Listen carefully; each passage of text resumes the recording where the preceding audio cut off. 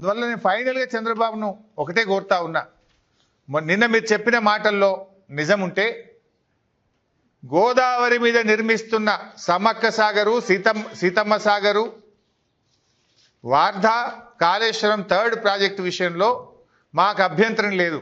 గోదావరిలో చాలా నీళ్లున్నాయి. నిన్న మీరే చెప్పిన 1000 టీఎంసీలు సముద్రంలో కలుస్తున్నాయి అన్నారు కదా. మరి ఎందుకు ఈ ప్రాజెక్టులకు అడ్డు తగులుతున్నారు? ఎందుకు ఈ ప్రాజెక్టులను వ్యతిరేకిస్తున్నారు?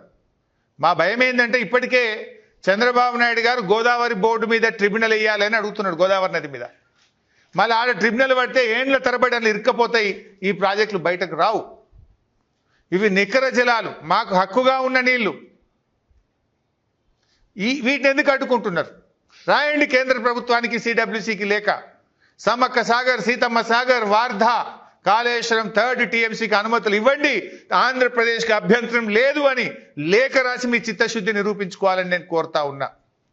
అదేవిధంగా మీ దత్తత జిల్లా, వలసల జిల్లా, ఫ్లోరైడ్ జిల్లా అయినటువంటి మహబూబ్ నగర్, నల్గొండ జిల్లాలకు నిర్మిస్తున్నటువంటి పాలమూరు ఎత్తిపోతల పథకానికి, దిండి ఎత్తిపోతల పథకానికి, కల్వకుర్తికి 40 టీఎంసీల నీటి కేటాయింపు విషయంలో మాకు అభ్యంతరం లేదు అని కేంద్ర ప్రభుత్వానికి లేఖ రాసి మీ చిత్తశుద్ధి నిరూపించుకోవాలని చెప్పి నేను కోరుతా ఉన్నా.